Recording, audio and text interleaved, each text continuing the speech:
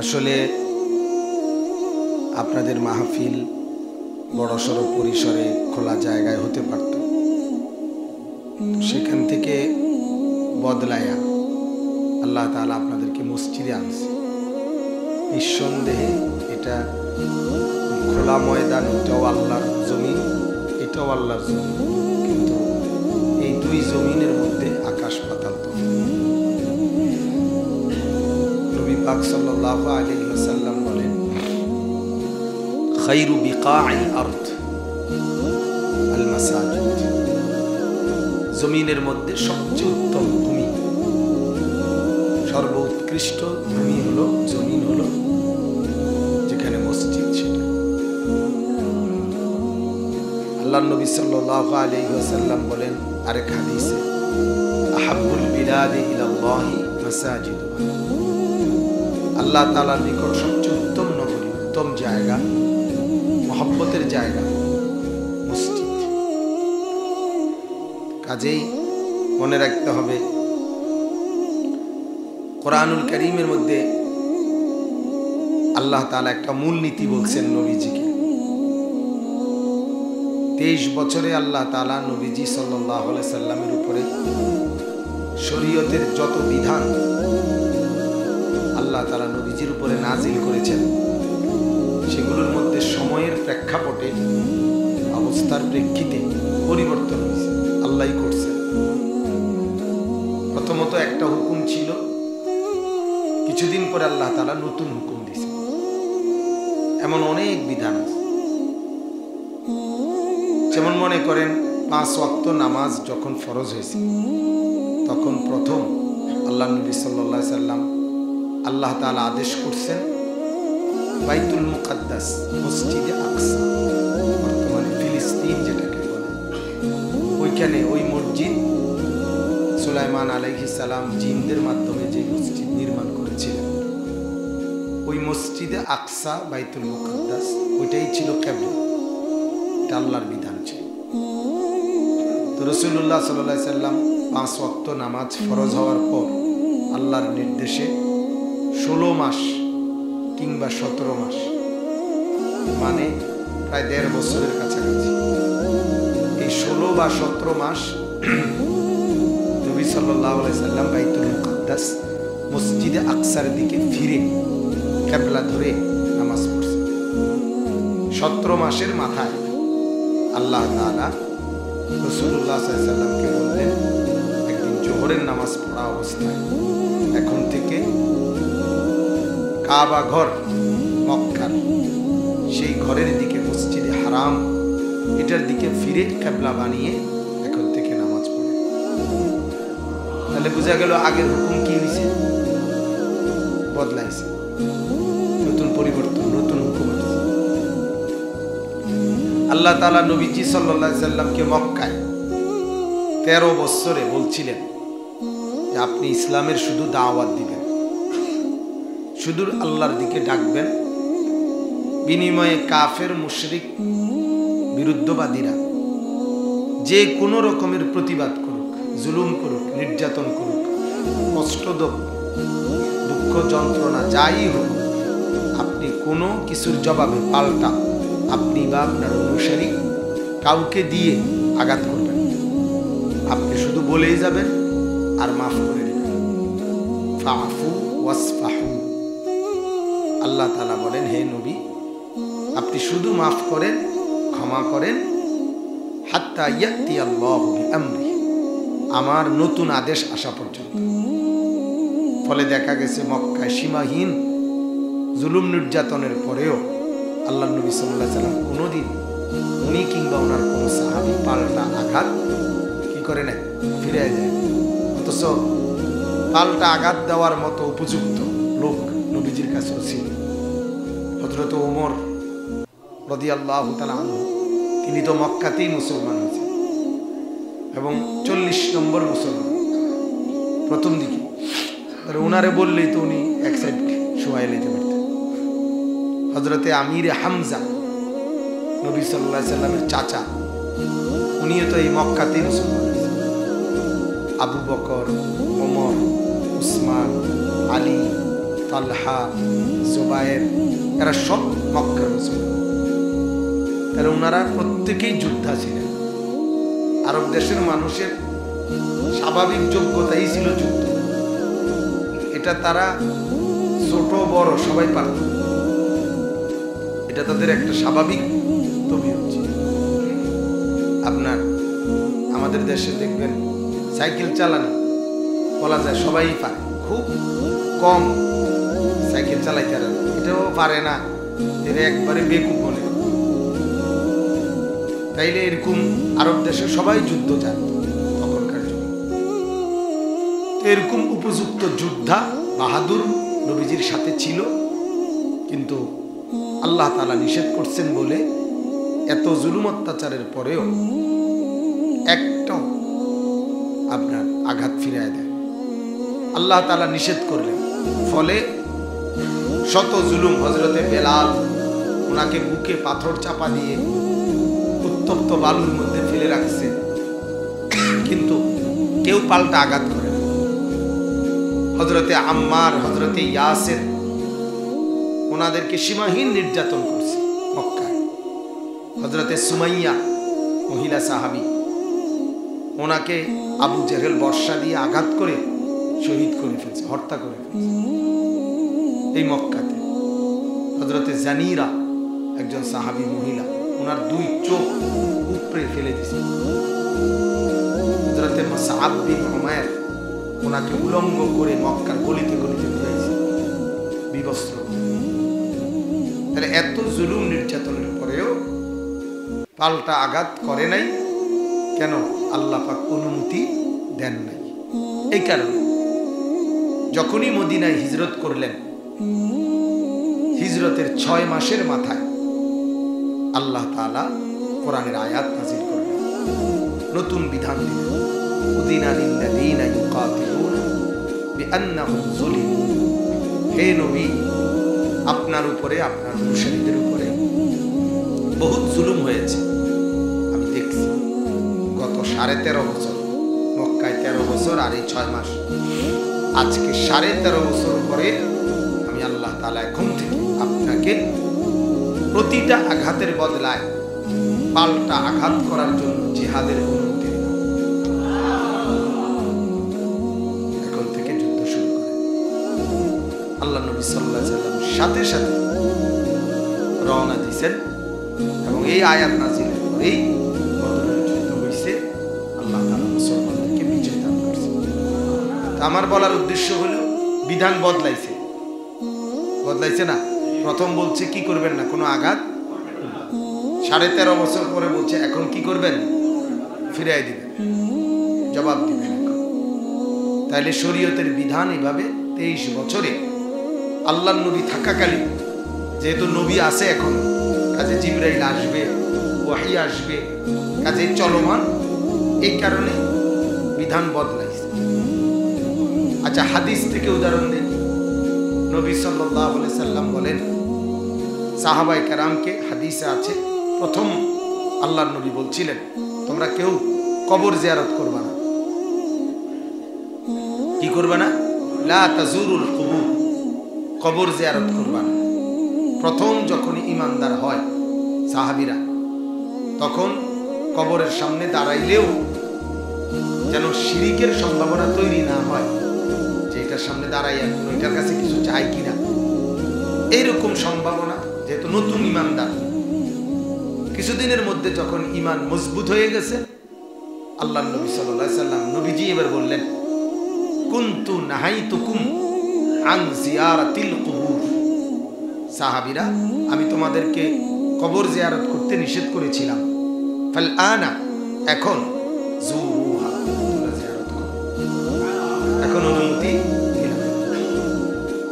এবং এখন বলে দিলেন, এখন কবর জিয়ারত করো, ফা ইন্নাহা তুযাক্কিরুল মাউত, এটা তোমাকে মৌতের কথা মনে করাবে, আখিরাতের কথা মনে করাবে, তোমার ভিতরে পরকালীন চিন্তা বাড়বে। তাহলে কি বোঝা গেল? হুকুম বদলাইছে কিনা? অনেক উদাহরণ দেওয়া যায়। তো আমার বলার উদ্দেশ্য হলো, আল্লাহ তাআলা নবীজিকে একটা মূল নীতি বলছে, হে নবী, আপনি আপনার এই হায়াতে 23 বছরে দেখবেন মাঝে মাঝে আমি আল্লাহ তাআলা হুকুম বদলাই, বিধান কি করি, পরিবর্তন করি।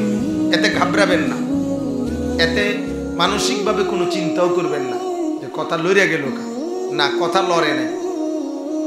ডাক্তার প্রথম দিন রোগীকে বলছিল দুধ খাবেন না, 1 মাস পরে যখন এই রোগীকে আবার দেখছে এখন বলছে অল্প অল্প দুধ খাবে।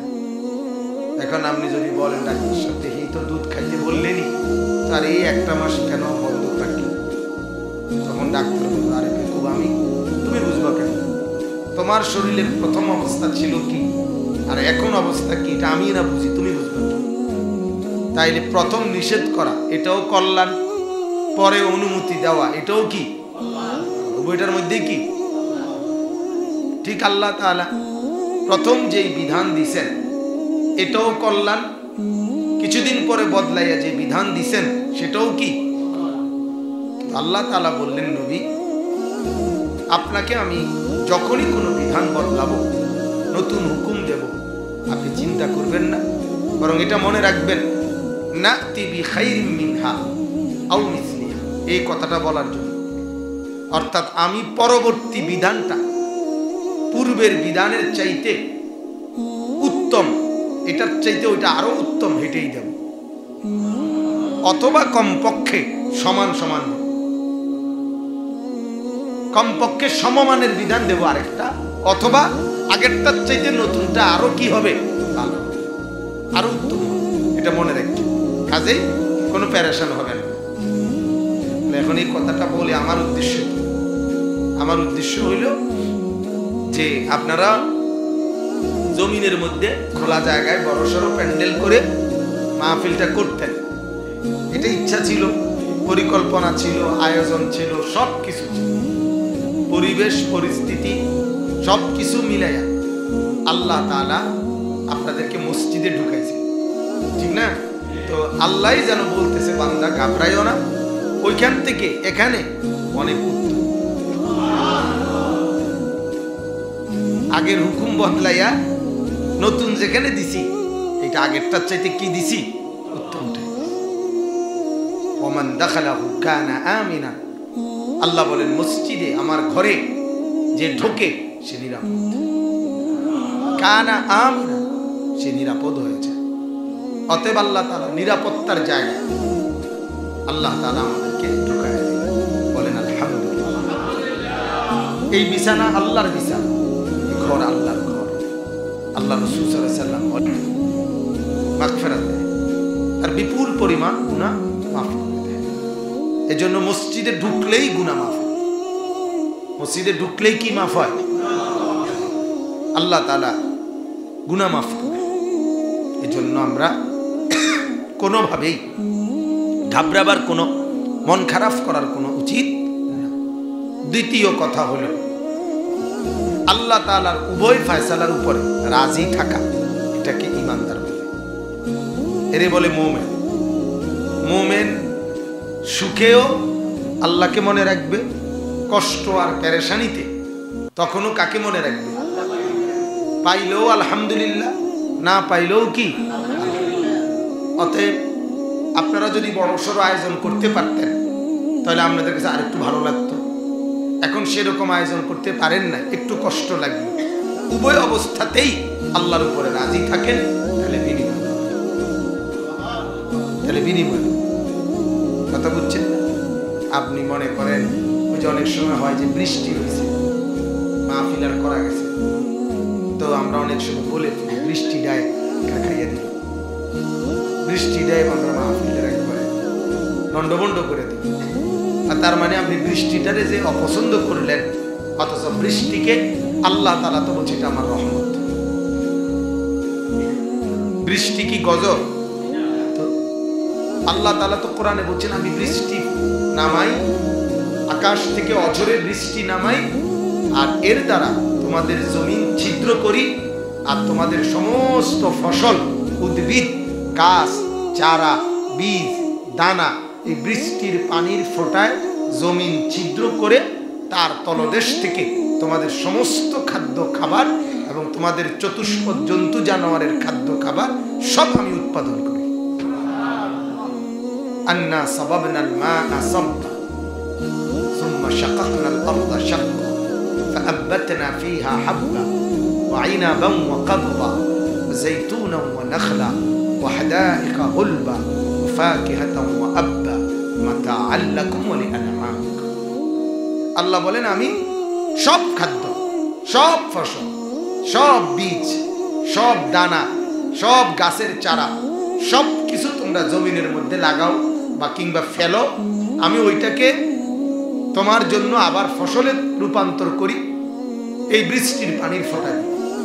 তাহলে বৃষ্টি কি নিয়ামত না? কথা বলেন। কুয়াশা এটাও নিয়ামত। আল্লাহ তাআলার এই জন্য সব কিছুর উপরে রাজি থাকা, পেলেও শুকর, না পেলে সবর। মন মতো পাইলে কি শুকর বলেন না কি, আর আমার একবারে পুরো মন মতো না হোক, না হইলে কি সবর। ইমানদার দুই অবস্থা থেকে খালি না। কোন মুসলমান, কোন মুমিন, কোন ইমানদার এই দুই অবস্থার থেকে খালি হইতে পারে। ইমানদারের জীবনে দুইটা জিনিস আসবে, হয় শুকর করবে নয় সবর করবে। আমাদের জীবনটা এরকম, যার যতদিন হায়াত জিন্দিগির এটা এমন ভাবে কাটবে, কখনো সুখের বিষয়, কখনো দুঃখের বিষয়। উভয় অবস্থাতেই আল্লাহ নিয়ামত রাখছে। সুখের বিষয় দেখলে শুকর করবা, দুঃখের বিষয় দেখলে সবর করবা। বিনিময়ে উভয় অবস্থাতে আমি বিনিময় দেব। শুকর করলেও আমি বিনিময় দেই, নেকি দেই, সবর করলেও আমি নেকি দেই। সুবহানাল্লাহ। তাইলে আপনি লাভ না কি বলেন? লাভ কি না বলেন? সন্তান হইলে এত আলহামদুলিল্লাহ, এতে বিনিময় আমার শুকর করলাম, আল্লাহ পাকের নেকি দিবে।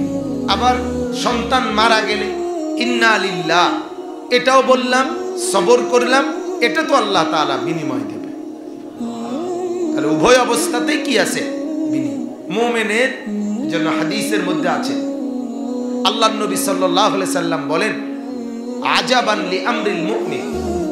আল্লাহর নবী বলেন ইমানদারের জিন্দেগিটাই বড় আশ্চর্য, তার কোনো কিছু বিফলে যায় না। ইমানদারের কোনো কিছু মারি নাই। ইন আসাবাতহু সাররাহু শাকারা ফাকানা খাইরান লাহু। নবীজি বলেন ইমানদারের জীবনে যদি সুখ আসে, আনন্দের বিষয় আসে, তাহলে সে শুকর করে। কি করে বলেন? দুই একজন কথা কন, মুরব্বীরা বলেন, মুখ খোলেন। হ্যাঁ, এটা অনেক বড় বদ অভ্যাস। এই খিচ্চা বইয়া থাও না, এটার মতো বদ অভ্যাস আর কিছু মনে রাখবেন। এটা হলো বদনসিব, যে তার জবান দিয়ে আল্লাহর কথা বাইর হয় না। কিন্তু আপনার চা দোকানে হাওলাত করে কথা, ওর সাইডি দিয়ে যাইতেছে হাঁটটা, কিতা কইলা? আচ্ছা তাহলে কুদ্দুর বইলাম, তোরে বুঝাইয়া যাবো আজকে যদি বাচ্চা থাকে। হেঁটে কিন্তু গেল হলে কোম্পানি বলছে, কিন্তু এই শুধু কানে বাড়ি খেয়েছে কথা না। এই জন্য বলছি যে আমারও এক কাপ চা দিন, তারে আজকে বুঝাই যাবো। কেউ আপনার তো বাজারে, আরে রাখ বাজার বেড়া, দরকার হলে 2 ঘন্টা দেরি, তে বুঝালো। এই অভ্যাস না আমাদের। তাহলে বুঝা গেল ফালতু কথা কইতে চাইলে আপনার মুখ বন্ধ রাখা যায়, কিন্তু দরকারি কথা বের হতে চায়। অথচ উচিত আল্লাহর কথা বারবার বলা, আল্লাহর কথা বারবার। শুকর মনে করেন এই শব্দটা কোরআনের শব্দ, কোন জায়গার শব্দ বলে? তাহলে এই শব্দটা যদি আপনার মুখ দিয়ে বের হয়, লাভ আছে। এই যে আপনারা এখন বললাম যে এটা কি শব্দ কর, তা আপনি কইলেন কোরআনের শব্দ। এই কোরআনের, তো কোরআন এটা আপনি উচ্চারণ করলেন না, এতে লাভ হয়েছে না? কোরআনও তো কোরআনের মধ্যে আছে, কোরআন শব্দটা কোরআনে আছে না? তো তাইলে এজন্য দ্বীনি মজলিসে বেশি থেকে বেশি জবান খোলা রাখবেন। এখানে দুম ধরে বইয়া না থাকে। সাহাবায়ে কেরাম রিদওয়ানুল্লাহি আলাইহিম আজমাইন আল্লাহর নবী সাল্লাল্লাহু আলাইহি সাল্লামের কথার জবাব দিতেন, জিজ্ঞেস করতেন, বুঝতে চাইতেন, কথা দোহরাইতেন, আবার বলতেন, রিপিট করতেন বারবার এভাবে। আবার নবীজি চলে গেলে একজন আরেকজনকে ডাক দিতেন, ডাক দিয়া বলতেন ইজলিস বিনা।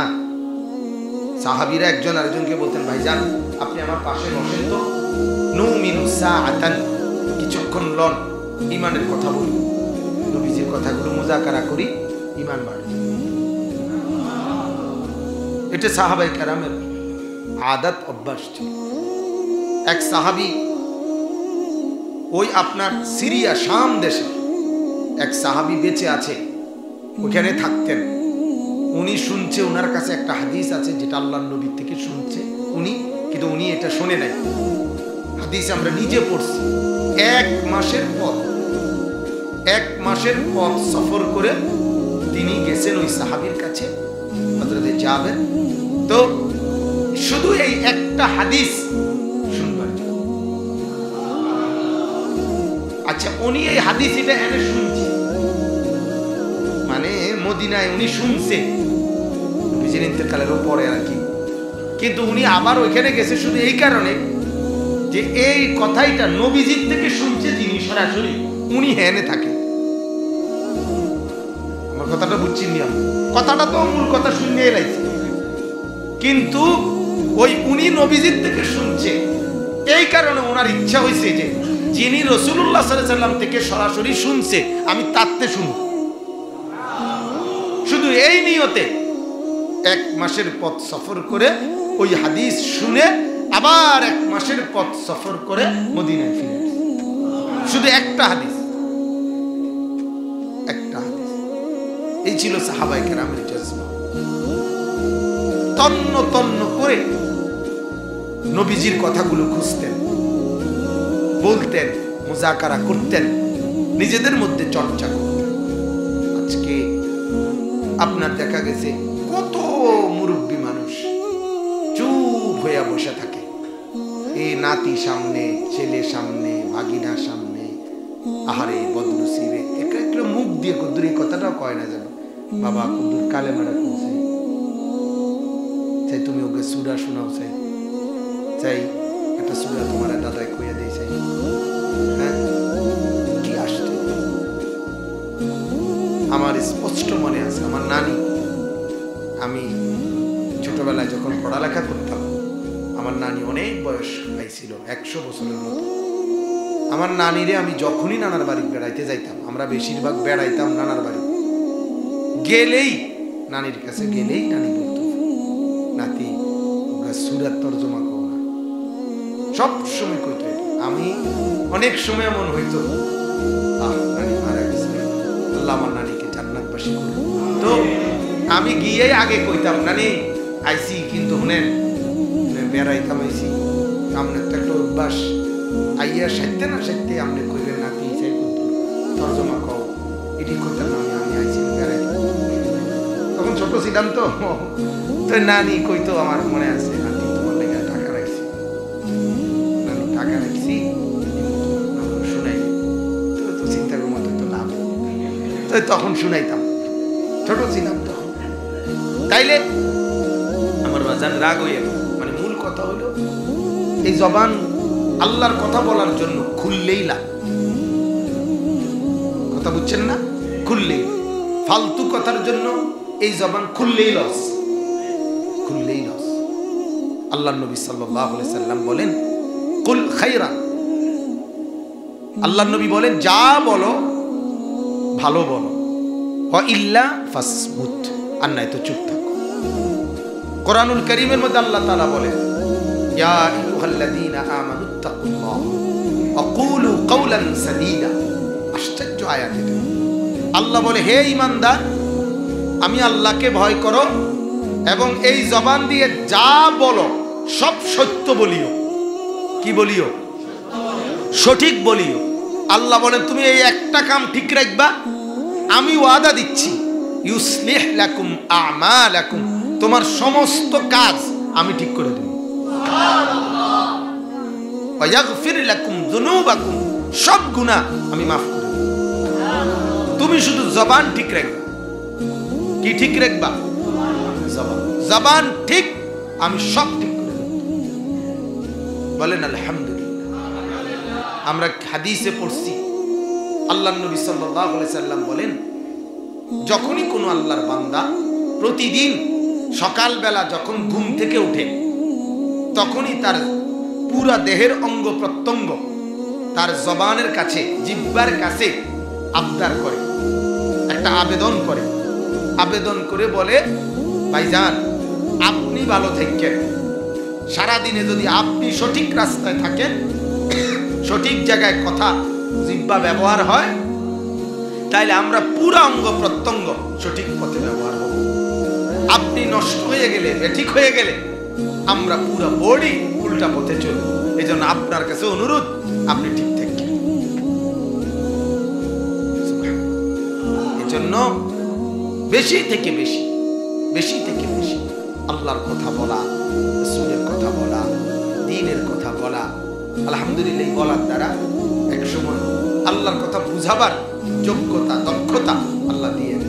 এই যে আমাদের দাওয়াত ও তাবলীগের হাজার হাজার সাথী, এরা মাত্র 40 দিন আল্লাহর রাস্তায় মসজিদে সময় লাগায়।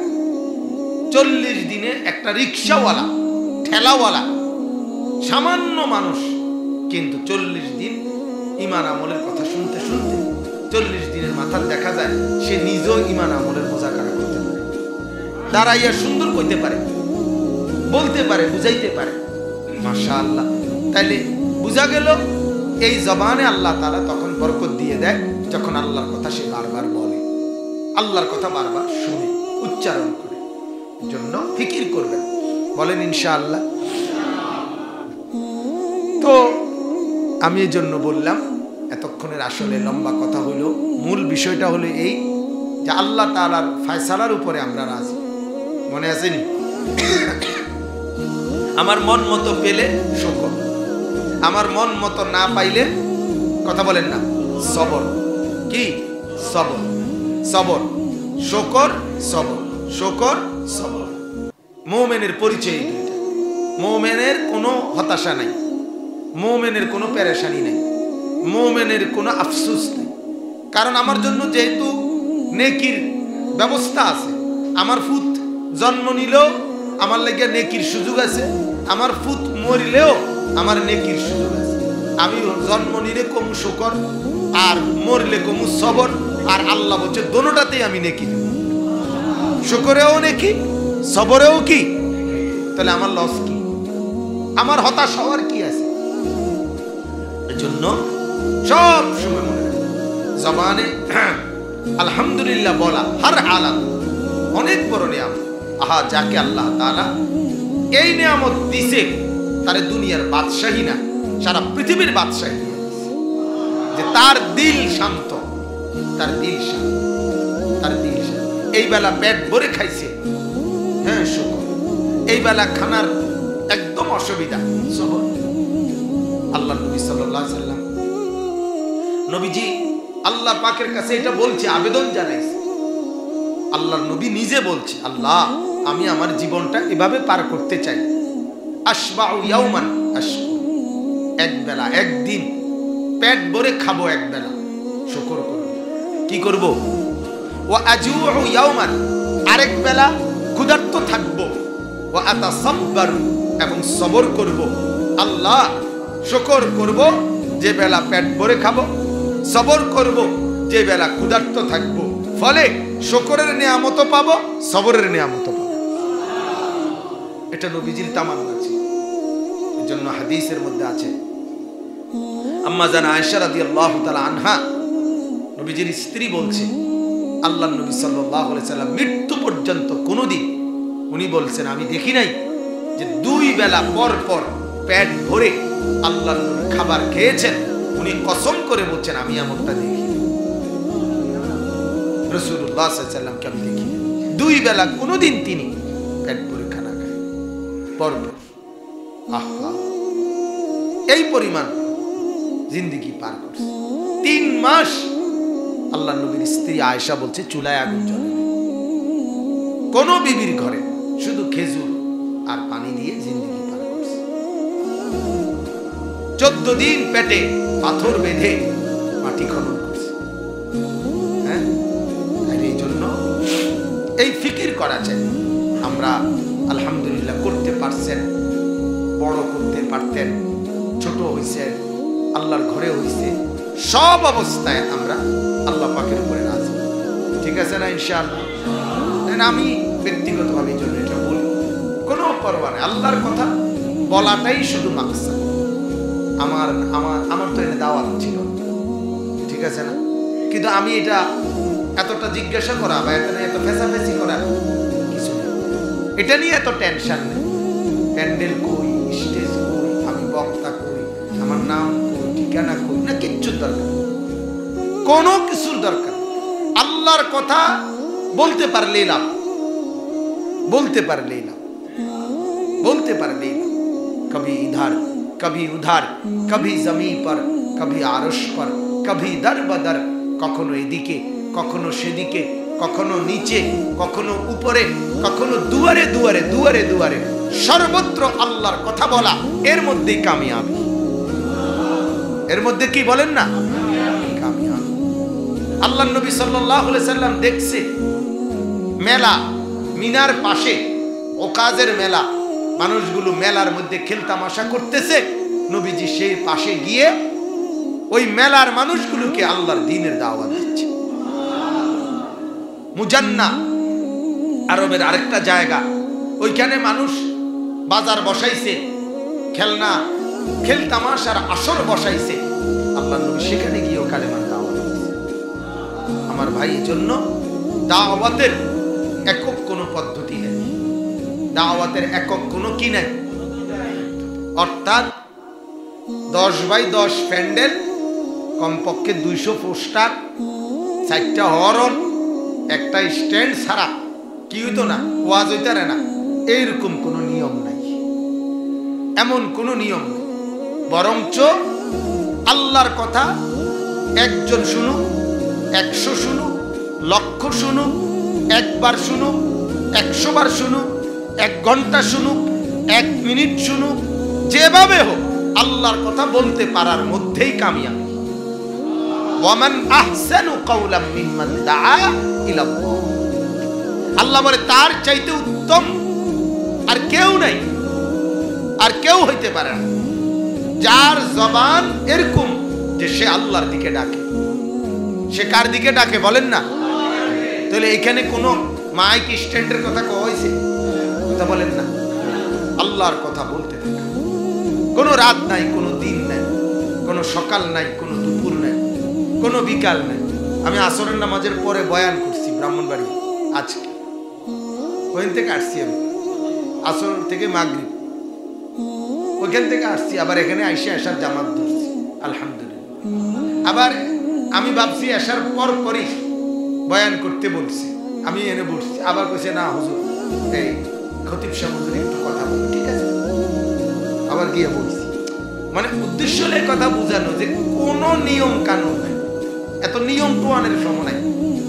প্রধান বক্তা, বিশেষ বক্তা, হ্যাঁ, আন্তর্জাতিক খ্যাতি সম্পন্ন বিশিষ্ট ইসলামী চিন্তাবিদ, ভৈরবের পোল, যমুনা ব্রিজ, দাউদকান্দি টোল, হ্যাঁ, ধোকা এগুলো, এগুলো সব ধোকা। শুধু আল্লাহর কথা বলা। কার কথা বলা? বাজান, আজ যদি এই কথাটা আমরা বুঝতাম, বিশ্বাস করে আমার সমাজ আরো অনেক সুন্দর, আরো অনেক সুন্দর। আজকে যদি মারা, বাবারা, দাদারা, মুরব্বীরা, চাচারা সবাই তো সবাই উপদেশ দেয়, এরে ফুট কিছু করো না, হয় বিদেশ যাও, নাহলে দেশে থেকে কিছু করো, এমনি করো, কামাই রোজগারির একটা চেষ্টা করো না, এমনি কি চলবো। এইটা বলার জন্য তো সমাজে 100 কিসিমের লোক পাওয়া যায়। চাচাইও কয়, ফুফাইও কয়, খালুও কয়, বাপেও কয়, মাও কয়, দাদাও কয়, দাদিও কয়, সবাই পোলাগারে, সবাই উপদেশ দেয়। আহারে বাপ, এভাবে নষ্ট হইও না, একটা রোজগারের চিন্তা করো, নালিকের ভবিষ্যৎ চলবো কেমনে, বড় হইতে আসো, বিয়া শাদী করবা, জিপু তৈব, সংসার কেমনে চালাইবো, কয় না? তাহলে এই এতজনে মিলে যদি এই কথাগুলো বলতে পারে, তো এই মানুষগুলো এই ছেলেটাকে নামাজের কথা বলে না কেন? যেই ছেলেটা যেই ঘরে নামাজ পড়ে না, চিত্ত ছিল তার বংশের যত মানুষ আত্মীয় স্বজন সবাই তাকে বলা, চাচাও বলা, মামাও বলা, ফুফাও বলা, দাদাও বলা, নাতিও বলা, সবাই ছেলে ভাই বোন সবাই যদি শতকণ্ঠে বলতো, ছেলেটা নিশ্চিত আরো বেশি নামাজি হতো। তো আখিরাতের কথা বলুন না, লোক ওই আমরারে আইলে কয় হুজুর বেডি একবারে বেশি ব্যাপারটা কিন্তু বালা করে কইয়েন কা বেডি কি আমনের ঘরের না, আমনে বইয়া বইয়া সিরানি যাবান। হ্যাঁ আপনারে বুঝি কইছেন বহনার বিস্কুট খাইতেন আর চার বিড়ি খাইতেন, বইয়া বইয়া ফাঁকনা আলাপ করতেন। আপনি কিতা করেন? কথা বলেন না কেন? পোলাপাইন হুজুর খুব দুষ্ট হইয়া গেছে, পোলাপাইনটি ভালো করিয়া কর, আমি কাক সব কইতাম, আপনি কিতা করেন? পোলাপাইন এই মহল্লার সব এগুলো রংপুরের, ঠিক না? তো তো যে এনকার পোলাপাইন না, তো আপনাদের না? কথা বলেন না কেন? এগুলো আমাদের ছেলে না? তো ওদেরকে আমরা সবাই না বললে ওরা দিনদার হবে কেন?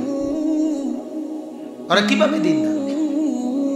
আশ্চর্যের কথা শুনেন, আশ্চর্যের কথা হলো রাসূলুল্লাহ সাল্লাল্লাহু আলাইহি সাল্লাম প্রথম, এটা মনোযোগ দিয়ে শুনুন, নবীজি প্রথম দাওয়াত দিছে কালেমার দাওয়াত হযরত খাদিজা। কাকে? খাদিজা রাদিয়াল্লাহু তাআলা আনহা কালেমা পড়ে মুসলমান হয়েছে একজন। এরপরে বাহিরেই হইয়াই নবীজি প্রথম দাওয়াত দিছে হযরত আবু বকর সিদ্দিককে রাদিয়াল্লাহু তাআলা। কাকে? আবু বকর। আবু বকর সিদ্দিককে দাওয়াত দেওয়ার পর হযরত আবু বকর সিদ্দিক রাদিয়াল্লাহু তাআলা আনহু তিনি মুসলমান হয়েছেন নবীজির হাতে। তাহলে নবীজির হাতে এখন মুসলমান হলো কয়জন? এই যখন নবীজির হাতে মুসলমান হয়েছে দুইজন, কেমন?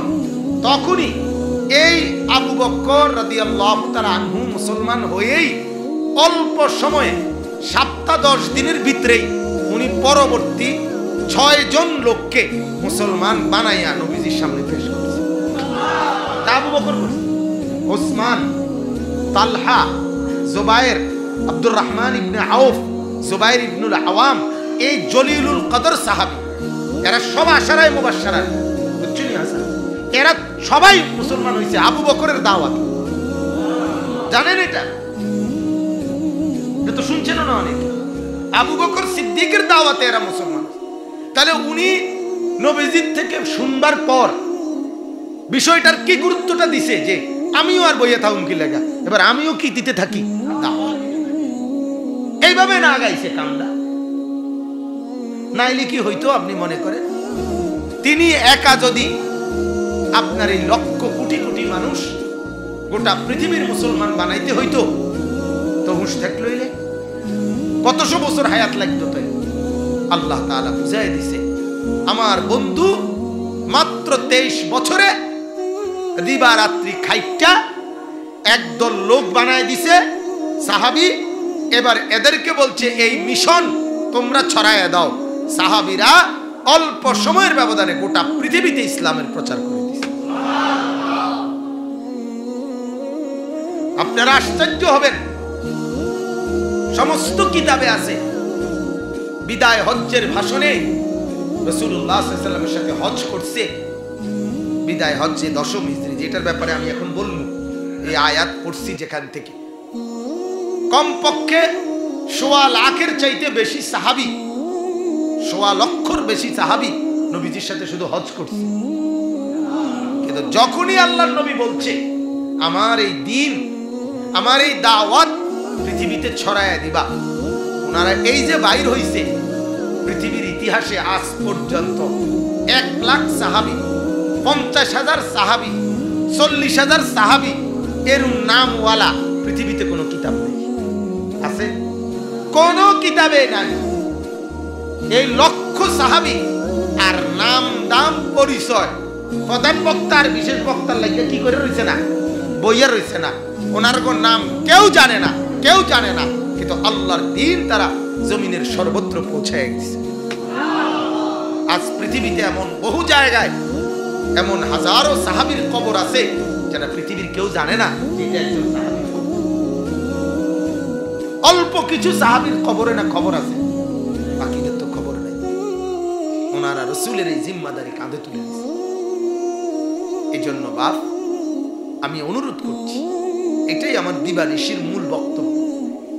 আমরা প্রত্যেকেই দাওয়াত, এই মিশন, আল্লাহর পথে ডাকা, নিজ নিজ জায়গা থেকে মেহনত করা, প্রত্যেকের আশপাশকে, কমপক্ষে নিজের ঘর, পরিবার, ফ্যামিলি, আশপাশকে দিনদার বানানো, ভিতরে একটা হৃদয়ে অনুভূতি লালন করা।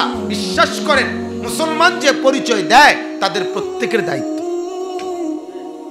ইমানদার পরিচয় দিলেই আপনার আশপাশের দিকে নজর দেওয়া, এটা আপনার দায়িত্ব। যদি বলেন আপনি মুসলমান, মুসলমান তাকেই বলে যে তার চতুর্পাশের আখিরাত নিয়ে ভাবে। আপনার দেখা উচিত হযরত মাওলানা কালিম সিদ্দিকী সাহেব, ভারতের একজন বিখ্যাত দাঈ, সারা বিশ্বময় যিনি ইসলামের দাওয়াত দেন, কালিম সিদ্দিকী সাহেব, যার হাতে এই পর্যন্ত 1 লক্ষের চাইতে বেশি হিন্দু কালেমা পড়ে মুসলমান হয়েছে।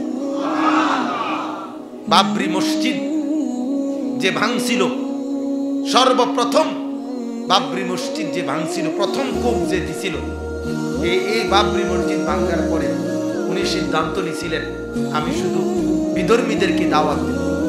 এই মিশন নিয়ে নাম ছিল, এবং ওই প্রথম কোপ দিয়ে যে বাবরি মসজিদের গম্বুজে আঘাত করছিল, সে ওনার হাতে কালেমা পড়ে মুসলমান হয়েছে।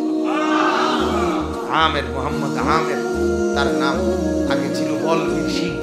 তো এই কালিম সিদ্দিকী সাহেব বলেন, ওনার বয়ানে উনি বলছেন, আমি নিজে শুনছি, আমি ওনাকে দেখছি ঢাকা মোহাম্মদপুর ইন্ডিয়া থেকে আইসা একবার বয়ান করছিলেন, তখন আমি ওনার পুরো বয়ান শুনছি। সৌদি আরবও একবার দেখছি হজের সফরে।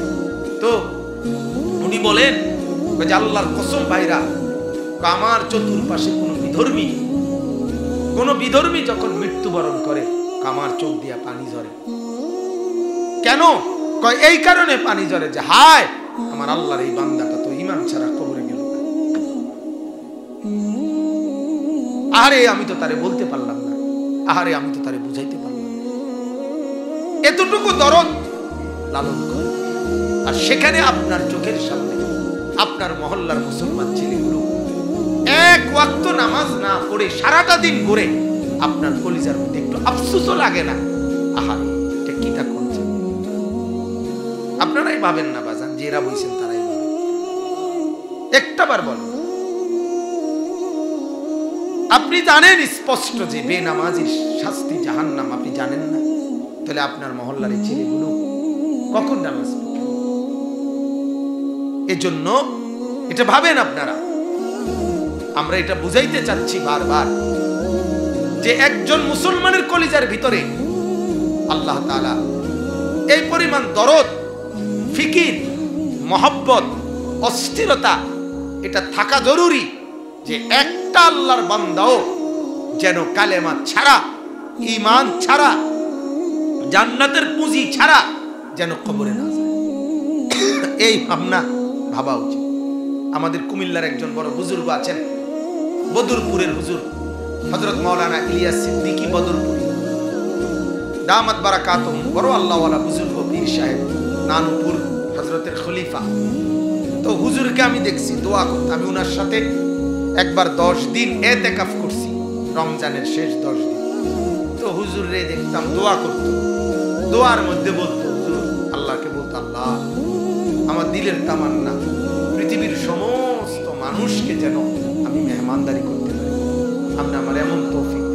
পরে আমি একদিন বললাম, হুজুর কি করেন আপনি? গোটা পৃথিবীর মানুষ আপনি মেহমানদারি করতে চান, এটা দোয়া করেন আল্লাহ যাতে আপনার তৌফিক দেয়। এটা কীর্তন করুন, কেমনে সম্ভব? এই তখন হুজুর আমার বলছিল, মাওলানা বিষয়টা তো আমি পারবো না না পারবো এটার উপরে না, আমার নিয়ত, আমার তামান্না, আমার আকাঙ্ক্ষা, এটা আমি ব্যক্ত করে যাওয়া, এটার মধ্যেও তো আমার অগণিত নেকি না, আমার নেকি হচ্ছে তো। আর আল্লাহ তাআলা চাইলে সম্ভব হইতে পারে কিনা? আল্লাহ চাইলেও অসম্ভব। তো আমি কইলাম যার পক্ষে সম্ভব আমি তো তার দ্বারাই কইছি। হুজুরে বললো আর কি যে আমি তো বলছি এমন একজনের কাছে যার দ্বারা এটা কি, আমি যদি অন্য কারো কাছে কইতাম তাইলে না তুমি আপত্তি করতা যে কার কাছে চাইলেন, এত বেটা একটা চেয়ারম্যান সাধারণ হেইতে কি দেখা পাইব, এটা তো এমপি মন্ত্রী না, আল্লাহ তো প্রেসিডেন্টের নাম না, আল্লাহ তো কায়নাতের জাররা জাররার মালিক, তিনি চাইলে পারবেন।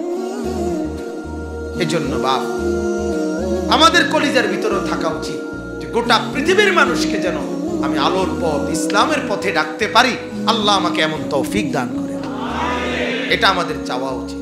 তাহলে যার চাওয়া উচিত গোটা পৃথিবী ব্যাপী, সে যদি তার চোখের সামনের ছেলে মেয়ে, ভাতিজা বাগিনা নাতি, মহল্লার ছেলে, আপনাদের প্রত্যেকের নজরে এই তো পড়ে এমন ছেলে যারা এক ওয়াক্ত নামাজ পড়ে না, এমন আছে না? তো এদেরকে কে বলবে বাবা? এদেরকে নামাজি বানাবে কে? এদেরকে দিনদার বানাবে কে? এজন্য আমি এতটা লম্বা কথা প্রথমে এই বিষয়টা নিয়ে বললাম এই উদ্দেশ্যে যে আমি প্রতিদিন বলতেছি আজকে কয়দিন ধরে যে ওয়াজ মাহফিল, সভা সমাবেশ, হ্যাঁ, মাইক প্যান্ডেল সামিয়ানা সব বন্ধ হইতে পারে, বিভিন্ন বিধি নিষেধ, কিন্তু দাওয়াত যেটা আল্লাহর পথে ডাকা মানুষকে, এটা বন্ধ হবে না। এটা কি হবে না? আমরা ইনশাআল্লাহ এই কথা সিদ্ধান্ত, মালিকের সাথে আমাদের এটা ওয়াদা চুক্তি যে আমরা আল্লাহর কথা বলবো ইনশাআল্লাহ। এবারে হাইটা পারি, বইয়া পারি, ঘরের দুয়ারে গিয়া পারি, মাইক দিয়া পারি, মাইক সারা পারি, হ্যান্ড মাইক দিয়া পারি, যেমনে পারি যেমনে পারি মালিকের কথা বলবো। যেহেতু সিদ্ধান্ত হইল, আমি প্রধান বক্তা বিশেষ বক্তা লইয়া না, সিদ্ধান্ত হইল আল্লাহর কথা বলা। অতএব আল্লাহর কথা যেহেতু বলা সিদ্ধান্ত, অতএব এটা যে কোনো ভাবে বাস্তবায়ন করতেই হবে, বলতেই হবে। মনে রাখবেন, কেউ যদি নদীর স্রোত, সাগরের স্রোত, পানির ঢেউ যদি আসতে শুরু করে, আপনি যদি কমপক্ষে 3 মাইল লম্বা, এই কথাটা বুঝছেন, 3 মাইল লম্বা বাঁধ দিয়ে দিছেন, মানে এরকম উঁচা মাটির বাঁধ দিয়ে দিছেন যে আইসা পানি আইসা বাড়ি খাইছে, কিন্তু এদিক দিয়ে যাইতে পারে না। কিন্তু এই স্রোতের একটা ধর্ম, স্রোতের ধর্মই হলো সে 3 মাইল দূরে দিয়া হইল, যেখান দিয়ে খালি ওন দিয়ে হইলো যায়। কথা বুঝেন নাই? আমি যাবে কিনা বলেন? এটা স্রোতের ধর্ম, সে থামবে না। আপনি তারা এই 3 মাইল দিয়ে বাধা দিছেন, সে 3 মাইল দূরত্ব ঘুরা হইল, সে পানি ঠিকে যাবে গা, ওই দিক দিয়ে পার হয়ে যাবে। আল্লাহর কথা কোন না কোন সূরত আল্লাহ তাআলা তার বান্দাদের দিলে দেবেনই দেবেন, যদি সিদ্ধান্ত থাকে মজবুত। ফাইদা আযামতা ফাতাওয়াক্কাল আলাল্লাহ, আল্লাহ কোরআনে বলেন, ও আমার বান্দা, আগে মজবুত সিদ্ধান্ত নাও, এরপরে আল্লাহর উপরে ভরসা করো, আল্লাহ তাআলা রাস্তা খুলে দিবেন। ওয়া মান ইয়াত্তাকিল্লাহ ইয়াজআল লাহু মাখরাজা, পথ খুলে দিবেন, পথ খুলে দিবেন। এজন্য আমরা আপনাদের কাছে অনুরোধ করছি, মসজিদ ভিত্তিক, মহল্লা ভিত্তিক, ব্যক্তিগত, 2 জনে মিলে, 1 জনে মিলে, যে যেভাবে পারে আপনার পাশে যারে আপনার সাহসে কুলায়, শক্তিতে কুলায়, বুদ্ধিতে কুলায়, তারে আল্লাহর কথা বলবেন। বলেন ইনশাআল্লাহ। আজকে এই সিদ্ধান্তটা নিবেন তো ইনশাআল্লাহ? আমার কথাটা আগে বুঝছেন কিনা? আবারও আমি বলি না তারা প্রত্যেকেই বক্তা হওয়া দরকার নেই, কিন্তু আপনি আপনার পাশের একজন মানুষকে হলেও নামাজ রোজার কথা, আখিরাত পরকালের কথা বলবেন, এর দায়িত্ব নিবেন তো ইনশাআল্লাহ। আজকে আলহামদুলিল্লাহ আমি আমার উপলব্ধি যেটা, ওয়াজের মাহফিলের পরিমাণ আলহামদুলিল্লাহ অনেক বাড়ছে। যুবকরা, যুব সমাজ আল্লাহর পথে ওয়াজ মাহফিলের দিকে ঝুঁকছে, জায়গায় জায়গায় প্রতিদিন দেখি যুব সংগঠন, যুব সমাজের উদ্যোগে মাহফিল। তাহলে এখন শুধুমাত্র এগোরে যদি একটু নার্সিং করা হয়, এগোরে যদি একটু তদারকি করা হয়, তাহলে গাছ অলরেডি লাগিয়ে গেছে, শুধু একটু যত্ন দরকার, একটু পানি দেওয়ার দরকার, একখান ছোট্ট ট্যাংরা বেড়া দিয়া গাছটা ছেড়ে দিকে কদ্দুর একটা ঘেরানো দিয়ে দরকার, ছোট্ট একটা বাঁশ দিয়া কদ্দুর খাড় করানো দরকার, বাঁশটার গোড়ায় গোড়ায় কয়েকখান দিয়ে রশি দিয়া বান দিয়া দেওয়ার দরকার, মাঝে মধ্যে ডেলি আইয়া কদ্দুর কদ্দুর পানি দেওয়ার দরকার। তাইলে দেখবেন গাছটা দাঁড়ায় যাবে, মজবুত হয়ে গেলে আর বেড়াও লাগতো না, ছোট মুলি বাঁশও লাগতো না, সুতাও লাগতো না, পানিও দাম লাগতো না। বাকি জীবন এই গাছ তরতর করে নিজেই বড় হইতে থাকবে। আজকে ছেলেরা আগাচ্ছে, যুবকরা আগাইতেছে, কিন্তু আমাদের মুরব্বী শ্রেণী তারা কিন্তু সেই পরিমাণ আগাচ্ছে। ওনাদের উচিত ছিল ওনারা এই অবস্থায় ছেলেগুলোরে আগলায় নাও, যে বাবা আয়ো তাহলে তুমি ওই আপনারা ওয়াজ করাইছ, নামাজ তো ফরজ না, কি ওয়াজ করাস বেটা, এটা বেটকি দিয়ে এই যে বেটকিটা দিলেন, এতে করে হেরে আপনি আরো উৎসাহিত করলেন না নিরুৎসাহিত করলেন? যে আচ্ছা তো ঠিক আছে, আমি যখন ওয়াজ করে দোষী হয়েছে তো আবার আগের মতো গানই করো, আমনের বাড়ির গুড়ার দেখছে ঠিক নেই কথা বেটা হইলে আমাদের সাউন্ড যেটাও আছে ফুল বাড়ি। আমরা একবার আল্লাহ মাফ করো, মানে আমি যে সময় ফরিদগঞ্জ চাঁদপুর পড়তাম বুঝছে, তো আপনার একবার আমরা যেখানে বোর্ডিং থাকতাম, বোর্ডিং এর পাশেই একটা বাড়ি আর কি, তো আমাদের রোমে এক ছাত্র ভাই আগের দিনে মেড ইন জাপানওয়ালা কালো একগুলা সেঞ্জার আছে বিদেশি, দেখছেন না সেঞ্জার আর কি, ফিতাওয়ালা ক্যাসেট দিয়া ওয়াজ বাজাইতো। তো এই ছেলেটা ওয়াজ শুনতো, তো এ পরে করছি কি এরকম ছোট একটা সাউন্ড বক্স কিনছে ছোট, এটা সে আপনার ছাত্ররা যেখানে আমরা পড়তাম তার জানালার রেলিং, জানালার যে এটা কি ছোট যেটা না না ওয়ালের পাশ দিয়ে কুদুর বাড়তি থাকে না সানসেট, এই সানসেটের মধ্যে চুপে আপনার ইয়ারা ডেক্সবেরি বক্সটা রাখছে, তাকে একটু আওয়াজটা বাড়াইয়া দিয়া সে শুনতো ওয়াজ। তো এই পাশের বাড়ি এক বেটা আছে একটু শয়তান মার্কা, ওই আপনার ওয়াজ পছন্দ করতো না, কয়েকদিন আইসা বিচার দিছে এটার নামে যে হুজুর এই রুমের এই জানালা বরাবর যে ছেলেটা থাকে তে ওয়াজ শুনে আমার ডিস্টার্ব হয়। তে করছি কি একদিন মাদ্রাসা হুজুর মনে বোর্ডিং হুজুর নাই, এই দোকান থেকে বড় একটা কিনা তার বাড়ির মধ্যে বড় নারকেল গাছ আছে, সত্যি এই নারকেল গাছের গোড়া নিয়ে পান দিয়ে টাইট করে লাগাইয়া ফুল সাউন্ড দিয়া চালাইয়া দিয়ে গেছে, এলাকাতে নাই হেতে। এখন এটা কই কোনানে বাজে এটা খুঁজে পাইতেছে না কেউ, বুঝেন নাই কথা, এটা তো নামাইব তো পরের কথা, এটা তোয়াই তো হইতেছে না যেটা কই বাজিতে আছে। মানে তার কথা হইলো কাকু এবার তুমি শুনবেনি ওয়াজ, তোমার 14 গোষ্ঠী ওয়াজ শুনাম। তাইলে বুঝার উদ্দেশ্য হলো, বলার উদ্দেশ্য হইলো যে আল্লাহর কথা কম বেশি আমরা ইনশাআল্লাহ নিজ নিজ অঙ্গনে বলবো, ঠিক আছে না ইনশাআল্লাহ।